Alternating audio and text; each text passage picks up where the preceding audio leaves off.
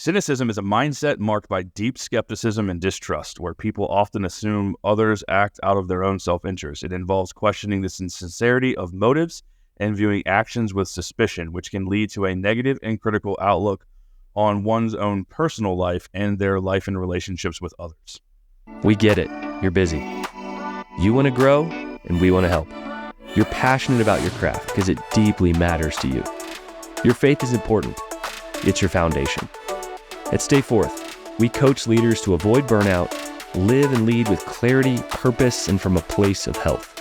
We want you to experience long-term impact. Welcome to the journey.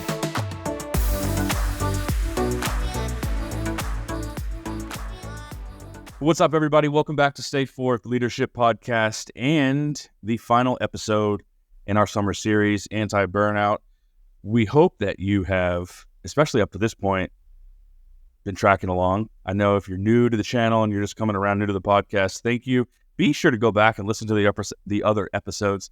They will be linked below. If you're watching this, you can click anywhere around in here.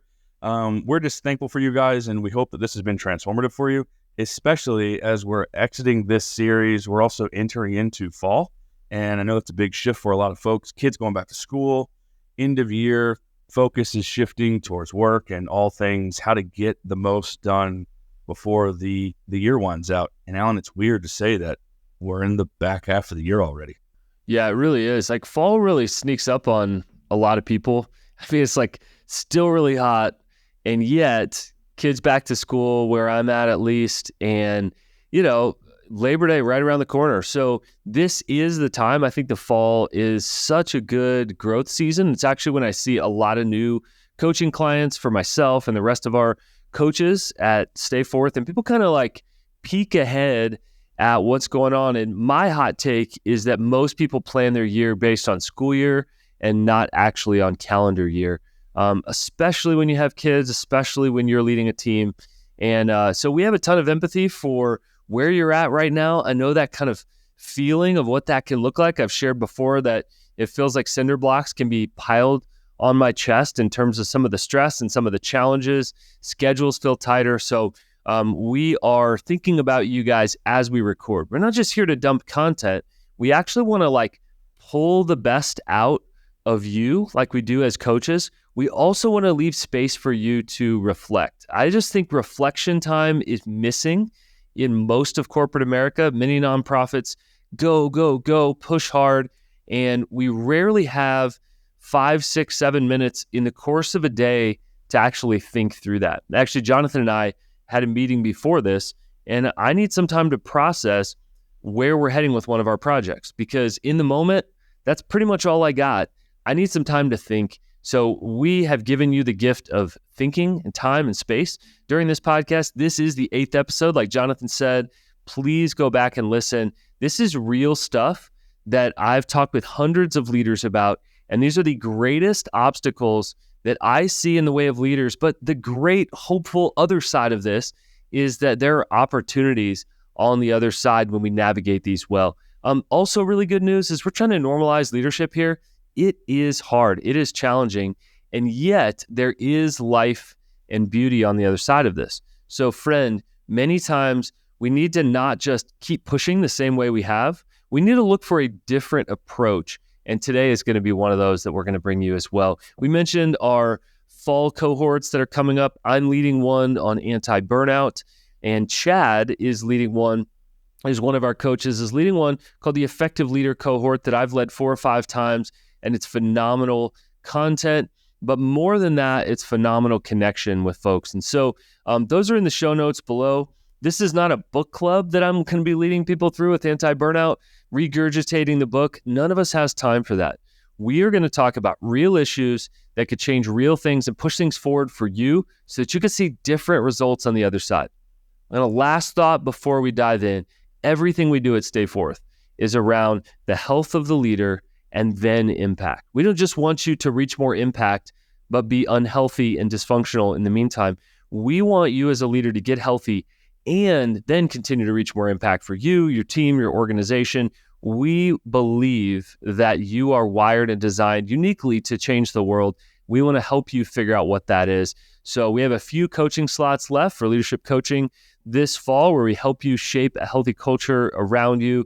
We'll also be previewing some of our sabbatical coaching that we do a lot of here at Stay Forth. We don't talk about that much here on the podcast. So we are diving in today to the very last obstacle and opportunity that's mentioned here in Anti-Burnout. Jonathan, what are we diving into?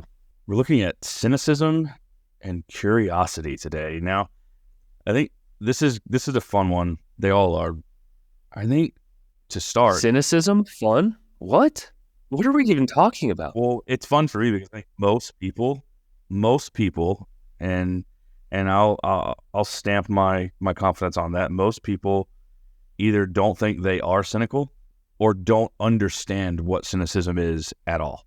That's fair. I think that it's hardest to see it in ourselves.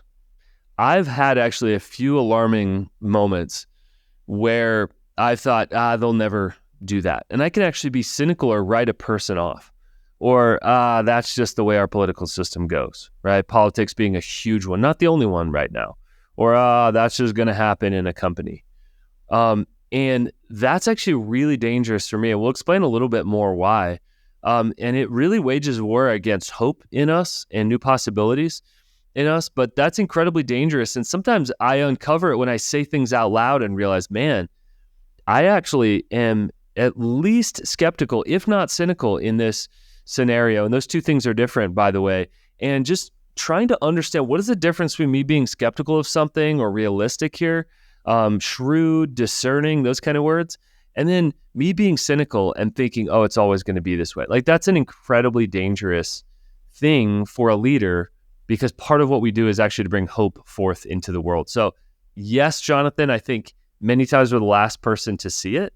And it's different in different areas too. Like, you may be doing fine in one area and very hopeful, but in another area, you've just written off family or friends or people, usually from a sense of pain that you've come from in the past. So I wanted to do something. I didn't tell you this, but I think it would be fun to give a relevant, real world definition of cynicism. So I went to the great and powerful Oz, aka ChatGPT, and asked ChatGPT to perform an internet search and take the data and compile a hyper relevant personal definition. And this is what it said. Cynicism is a mindset marked by deep skepticism and distrust, where people often assume others act out of their own self-interest. It involves questioning the sincerity of motives and viewing actions with suspicion, which can lead to a negative and critical outlook on one's own personal life and their life and relationships with others. Chat nailed it again. That word distrust is huge. You cannot be trusting and cynical at the same time. Cynicism is self-protection. We don't trust somebody else. We don't trust a system or a corporation or the man, or we don't trust something either big or small, personal, relational, or systematic. And so we pull back and try to protect ourselves from that. And we essentially say, I know it's going to end this way, so I'm not even going to try. And that risk of hope each time seems to get greater. I love that definition. Obviously, it makes me sad because culturally we are incredibly cynical. Let me read a couple of statements here before we head into some reflection time. Curiosity is going to be what we're heading toward. So here's the phrase: curiosity is a cold stream winding through scorching deserts of pain, anxiety, and cynicism. We'll talk about this curiosity on the other side of this. We'll actually talk about maybe even some different areas that cynicism can approach. And so politics, let's just throw that out there right now, of course. That is not the only area, but it's a big area. Economics, a lot of people are struggling financially. It's an expensive time to live right now. And people are thinking through right now, how do I continue to make a living, continue to feed my family? I feel that. Jonathan feels that. We're all like, man, this is a really expensive time to continue to live and lead, and my family's not getting any smaller at this point or any cheaper. And so I know that a lot of people are cynical in that area. I think one of the markers are memes right now, and that we throw humor around to actually poke fun. And there's something good about that as well. My wife and I watch memes together and, laugh at different videos, but actually like at other people's expense, I think is incredibly dangerous, especially for us as leaders. Other people are watching when we post things, when we share things. Our kids are watching, if we're parents. And so those are a couple areas I'm seeing it. Jonathan, where are you seeing cynicism show up in our culture besides those couple areas? Anything financially driven, economically, politically, geopolitically, culturally, socially. And here's a big one. Football is starting. And preseason football. And this might sound funny, but preseason football is here. And by week 2, week 3, before the regular season of football starts, people are going to be so cynical about their football teams they follow, or they're a dumpster fire. This is going to go, the whole season is going to end this way. There's no point in trying. And by the way, preseason football is basically a practice where people dress up. It's like Aaron Rodgers even go to preseason this year. He just said there's no point. It's a joke. So if you're a football fan, I don't even watch it. It doesn't even make sense. And yet people, like you say, are talking, oh yeah, well, this is going to be a terrible year, or this or that. There's just an impending sense of doom with a lot of people.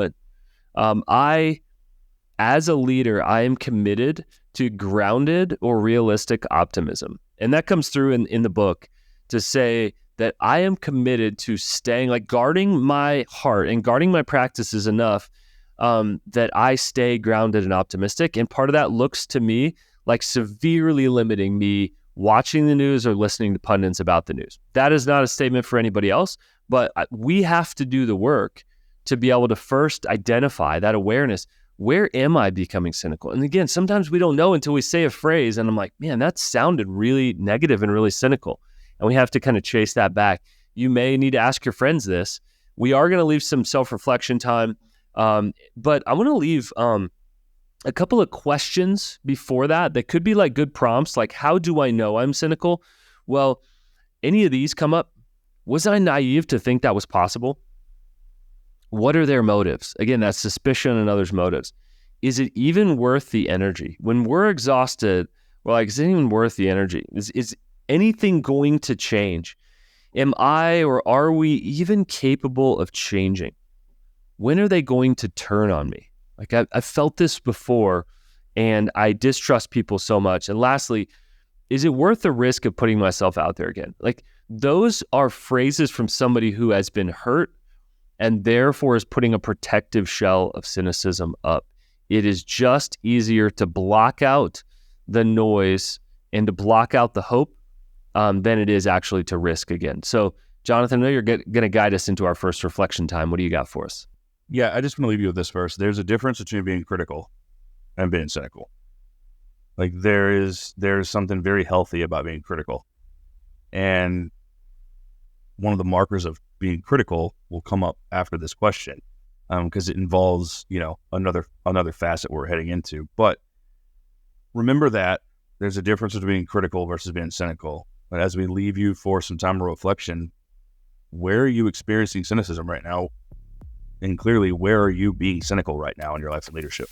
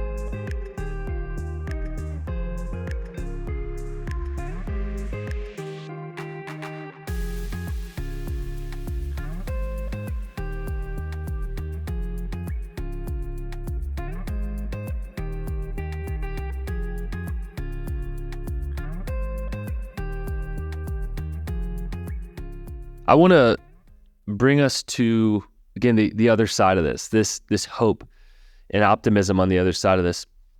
I share an arresting phrase I heard. I'm going to read it directly from the book. Dr. Kurt Thompson says, the opposite of anxious is not calm, it's curious. In our anxiety-soaked culture, we need a massive dose of curiosity. Curiosity that says, what if? What if this succeeds? What if this can be different? What if there is a different way to do this? What if we could remain grounded even when we feel like different things are falling apart? What if we could see possibility on the other side of this, even though there's great struggle or challenge? I want to give you 4 different directions we can be curious. The first direction is looking backward. We can look back and wonder, I wonder why it ended up this way.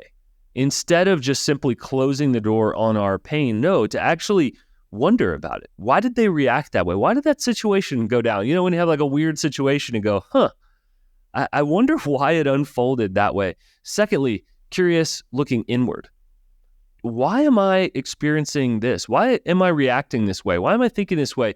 And sometimes I'll like do something or say something and go, that's not really me. What's going on inside of me? And maybe I'm fearful or maybe I'm stressed. Next one, we can be curious looking forward. I wonder what this may unfold like. I wonder what may be next here. I wonder how we could do this and that differently. In fact, Jonathan and I were just curious about some of the ways we could serve leaders really in the next 6 weeks of what could this look like and how could we do this thing together? And it brings a lot of hope and excitement for me to think that way. And the last direction is looking outward. We can wonder what's going on in others that they may be able to do this. And so I just want to invite you to think in those 4 different directions. Again, it was backward, inward, forward, and outward. We don't want to be just self-focused, looking inward. We don't just want to be others focused. I think it's incredibly helpful to look in those 4 different directions when we think about curiosity. Analyzing is a key factor in all this. And what I meant before we headed into that last time of reflection was that the aspect of being critical versus cynical is when you start to ask questions. And when you ask questions, you become curious. And not accusatory questions like, so what did you even mean by that? Like, but what was going on there? Like actual curious, good questions. Yeah, we're not talking about gaslighting. like reflective, like introspective, like, hey, give some time to think, like, instead of this will never change, well, how could this be differently? Yep. Like, what could we do differently next time? Or are my assumptions on this, like, what are my assumptions on this based from? What's the root cause? Let me juxtapose these two together again, because you could ask a question, but you're really trying to nail somebody to the wall. You could also ask a question and you are genuine and serious. Cynicism keeps you stuck. Curiosity invites you to find a crack. Cynicism asks, why would it be any different this time? Curiosity asks, what if things could be different? Cynicism brings your eyes toward the ground. Curiosity lifts your head toward the sky. Cynicism is a dead end. Curiosity is an on-ramp. And I just want to remind you, friends, while it may sound cool in our culture to be cynical, cynics aren't in the game shaping the future. They're sitting in the cheap seats telling us why it can't be done. Friends, we need leaders full of curiosity and hope today that are, like we've talked about here in this podcast, lighting a pathway forward with joy, with hope, with love, with care. Like we need a resurgence of that. And many of you listening are those people, not fear and outrage like is so normal in our culture right now. So below this whole series, below my book, like that's what we're fighting for here, is that you may be a different type of leader, that you may have space in your life to reflect, that you may identify your own cynicism before it comes out on your team in a meeting, that you actually believe it's possible to change. And friend, I would dare say, if we don't believe that it's possible for leaders to change in the area we're leading in, then we need to get out. We need to take a break, maybe a long break or a sabbatical. We need to reset and recenter ourselves. But if I don't believe leaders can change, I need to stop coaching. If I don't believe you could respond to this content and make a change, we need to stop recording. And I'm very, very passionate about this, as you can tell. And friends, it matters how we lead ourselves, how we are aware, and how we have private action trickles down publicly to those around us, as we've seen on social media, as we see politically, and as we see in toxic environments, we see the same to be true in healthy environments as well. So with that said, Jonathan, why don't you kind of lead us into our last question? The opposite, or the antidote, the opportunity on the other side of cynicism is curiosity. Where can you deploy or practice curiosity in your life and leadership right now?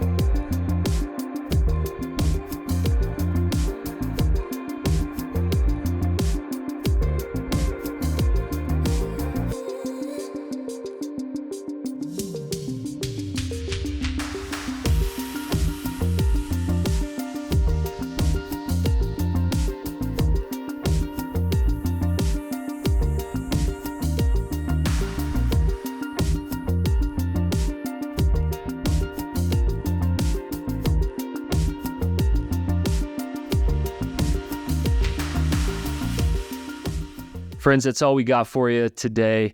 I want to tease you a little bit. Next week is a bit of a fall kickoff for us.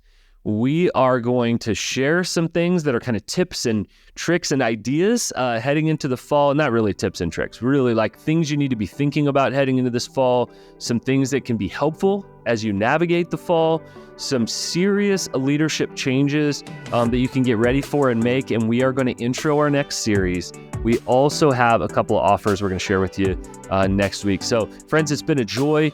Again, go back and listen to this episode. I just want to let the cat out of the bag. We're going to show them why tacos are the best tool for having the best meetings ever this fall. Okay. All right. Well, that spoils it. Anyway, a very anticlimactic end to that series. Now you know everything that we're going to talk about. We are doing a 12-week series on tacos, and we're going to start with carnitas. We'll see you next week here on Stay Forth Leadership Podcast. Much love to you guys from the team at Stay Forth.